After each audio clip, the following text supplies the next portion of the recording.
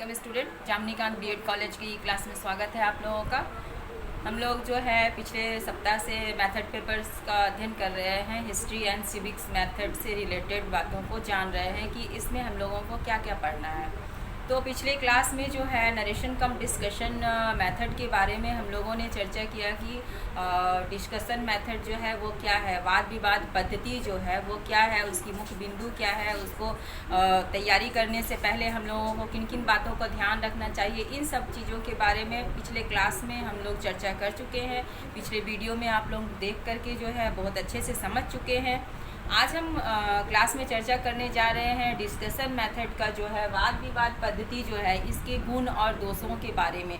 अब तक हम लोगों ने जितना भी पद्धति के बारे में जानकारी हासिल की है, जितने भी मेथड के बारे में हम लोगों ने ज्ञान प्राप्त किया है, उन सब में हम लोगों ने इंट्रोडक्शन, उसका वैल्यू, साथ ही साथ उसके मेरिट और डिमेरिट की भी चर्चा की है। तो आज के क्लास में हम चर्चा करेंगे इसके गुणों के बारे में।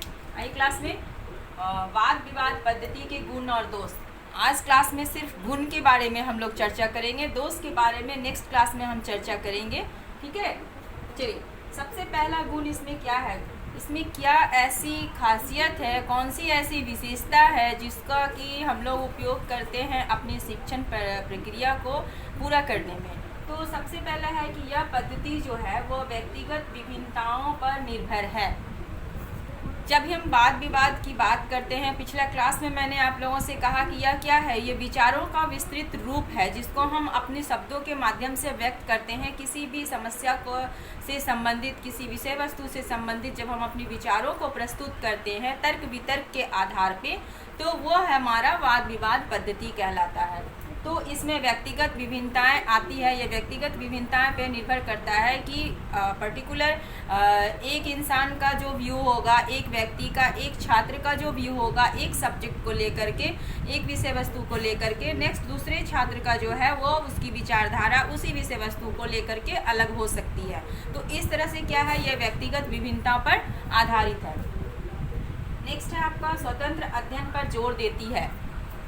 ये क्या है, आपको स्वतंत्रता प्रदान करती है आपको अध्ययन करने के लिए। ऐसा नहीं है कि आपको बंधन में बांध दिया कि आपको इतना ही पढ़ना है। अगर वाद विवाद होता है तो आप उससे संबंधित जो है वह स्वतंत्र है, उसके बारे में हर एक पहलू के बारे में जानकारी हासिल करने के लिए आप अपनी इच्छा अनुसार उसके बारे में ज्ञान प्राप्त करते हैं, उसके बारे में पढ़ते हैं, उसकी विभिन्न पहलुओं के बारे में सोचते हैं, समझते हैं। तो यह पूर्णतः जो है वह स्वतंत्र होता है स्टूडेंट के ऊपर में कि वह उस विषय वस्तु को लेकर के क्या सोचता है, क्या प्रतिक्रिया करता है।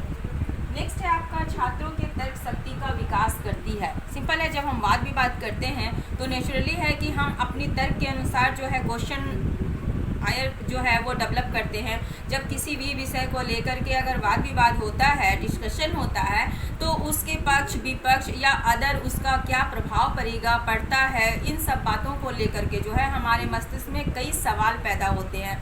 तो ये क्या है कि हमारी तर्क शक्ति को क्या करता है, विस्तृत करने, विकास करने में मदद करता है। तो जब हम इस पद्धति को अपने स्टूडेंट के ऊपर अप्लाई करते हैं तो यह स्टूडेंट की तर्क शक्ति करने की जो क्षमता होती है उसमें वृद्धि करती है।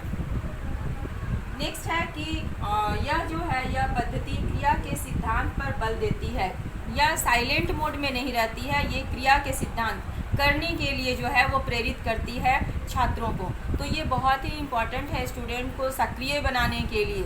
ठीक है, नेक्स्ट है स्व अध्याय का विकास करती है। स्व अध्याय पिछले क्लास में हम लोगों ने चर्चा की, जब हम वाद विवाद पद्धति को अगर अपनाते हैं और किसी विषय वस्तु को लेकर के, चाहे वो हमारा पाठ्यक्रम से संबंधित हो या फिर हमारा सिलेबस से संबंधित हो, को करिकुलम एक्टिविटी हो, तो हर एक उस विषय वस्तु को हम इस पद्धति के अंतर्गत शामिल करते हैं जो पाठ्यक्रम से कहीं ना कहीं शामिल होता है, सम्मिलित होता है और उस उद्देश्य को वो पूरा करने में सहायक होता है। तो यहाँ पर हम देखते हैं कि स्व अध्याय का विकास करती है। अगर किसी चीज़ को, किसी टॉपिक को अगर हम बच्चों को देते हैं कि इस पर वाद विवाद करना है, तो वो क्या करते हैं, उसके बारे में गहन अध्ययन करते हैं, विभिन्न प्रकार के बुक्स को वो पढ़ते हैं और उसके बारे में विस्तार पूर्वक जानकारी हासिल करते हैं ताकि वो जब डिस्कशन हो तो उसके हर एक पहलू को वह बोल सके। नेक्स्ट है आपका कि छात्रों को स्व उद्देश्य रूप से अध्ययन करना सिखलाती है। पहले ही हमने कहा कि यह पद्धति जो है आपके उद्देश्य को पूरा करती है। यह पद्धति उसी चीज़ से संबंधित होती है जो पाठ्यक्रम से संबंधित होती है, यानी किसी भी तरह से वह शिक्षण व्यवस्था से ही कहीं ना कहीं जुड़ा होता है, चाहे वो आपका जनरल टॉपिक हो या फिर आपके सब्जेक्ट से रिलेटेड टॉपिक हो या कोई समस्या हो, सामाजिक समस्या हो, उन सब में कहीं ना कहीं किसी न किसी उद्देश्य की प्राप्ति होती है। अतः वाद विवाद पद्धति जो है हमेशा उद्देश्यपूर्ण ही होती है। नेक्स्ट है हमारा कि छात्रों को विषय वस्तु का चयन एवं संगठन करना सिखलाती है। अगर हम वाद विवाद पद्धति को अपनाते हैं तो यह क्या करता है, यह विषय वस्तु का चयन करने में और संगठन करने में बच्चों को हेल्प करता है, छात्रों को यह मदद करता है कि हम किस विषय वस्तु को लेकर डिस्कशन करें। हम हर एक चीज़ को लेकर डिस्कस नहीं कर सकते हैं। अगर हम छोटी छोटी बातों को, छोटी छोटी समस्याओं को लेकर अगर हम डिस्कशन करते हैं तो वह मतभेद कहलाता है, ठीक है।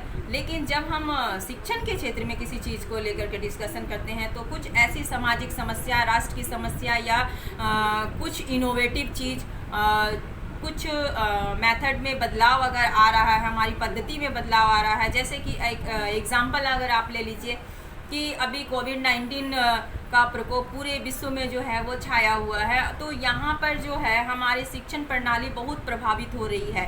हर एक स्कूल, कॉलेज सभी जगह के बंद हैं। तो इस तरह की जो माहौल है, इस माहौल में हम लोग क्या कर रहे हैं, ऑनलाइन शिक्षण देने का प्रयास कर रहे हैं ताकि हमारे बच्चों का जो है वह पढ़ाई मार नहीं खाए, उसका सिलेबस कंप्लीट हो जाए समय पर। तो कोई भी चीज़ रुकता नहीं है और प्रकृति का नियम है कि वो हमेशा गतिशील रहता है। तो हमें गतिशीलता बनाए रखने के लिए जो है हर चीज़ का अल्टरनेट व्यवस्था ढूंढना पड़ता है। तो यहाँ पर जो है अगर हम कोविड-19 की बात करते हैं तो यहाँ पर हम डिस्कशन का टॉपिक ले सकते हैं कि ऑनलाइन शिक्षण जो है कितना महत्वपूर्ण है आज के वर्तमान काल में। तो ये क्या हो गया, हमारी कहीं ना कहीं शिक्षण प्रणाली से जो है वो शामिल हो गया। और जो राष्ट्र की समस्या है उसके बारे में भी बच्चों को हम जानकारी दे रहे हैं कि ये राष्ट्रीय समस्या है, यह विश्व की समस्या है, जिसके बारे में हम लोगों को जानना ज़रूरी है और छात्रों को भी जानना ज़रूरी है। तो इस तरह से क्या हुआ कि कोई भी टॉपिक अगर हम उठा रहे हैं तो वह हमारा शिक्षण से संबंधित होना चाहिए। नेक्स्ट है आपको कि छात्रों में सहयोगितापूर्ण प्रतियोगिता का विकास करती है। जब हम डिस्कशन करते हैं तो ग्रुप वाइज करते हैं, तो उसमें क्या होता है, एक छात्र दूसरे छात्र के सहयोग करता है। तो ये जो सहयोगिता की भावना है इसमें जो है ये वृद्धि होता है। तो कोई भी प्रतियोगिता है उसमें सहयोगिता जो है वो होनी चाहिए। एक दूसरे को कोऑपरेट करके ही हम जो है सीख सकते हैं और सिखा भी सकते हैं। तो आज की क्लास में सिर्फ हम वाद विवाद पद्धति के विभिन्न गुणों के बारे में आप लोगों से चर्चा किए हैं कि उम्मीद है कि इन गुणों के आधार पे जो है आपको बहुत कुछ समझने में आसानी हो जाएगी। क्वेश्चन जैसे आ जाता है, मान लीजिए कि वाद विवाद पद्धति कहाँ तक उपयोगी है हमारी शिक्षण प्रक्रिया को बेहतर बनाने के लिए, तो आप जो है इसको विशेषता के तौर पे भी लिख सकते हैं। उसकी गुण, उसकी विशेषताओं के आधार पे ही हम किसी पद्धति को जो है वो शिक्षण प्रक्रिया में अपनाते हैं और अपने शिक्षण को बेहतर बनाते हैं ताकि छात्र को जो है वो अच्छा ज्ञान प्रदान कर सके और उपयोगी ज्ञान प्रदान कर सके, ताकि वो व्यवहारिक रूप से उसका अध्ययन कर सके और अपना विकास भी कर सके। तो नेक्स्ट क्लास में हम चर्चा करेंगे डिस्कशन मेथड के डिमेरिट्स के बारे में। आज यहाँ कंप्लीट हो गया हमारा वाद विवाद पद्धति के गुण। तो आज की क्लास में इतना ही। Thank you.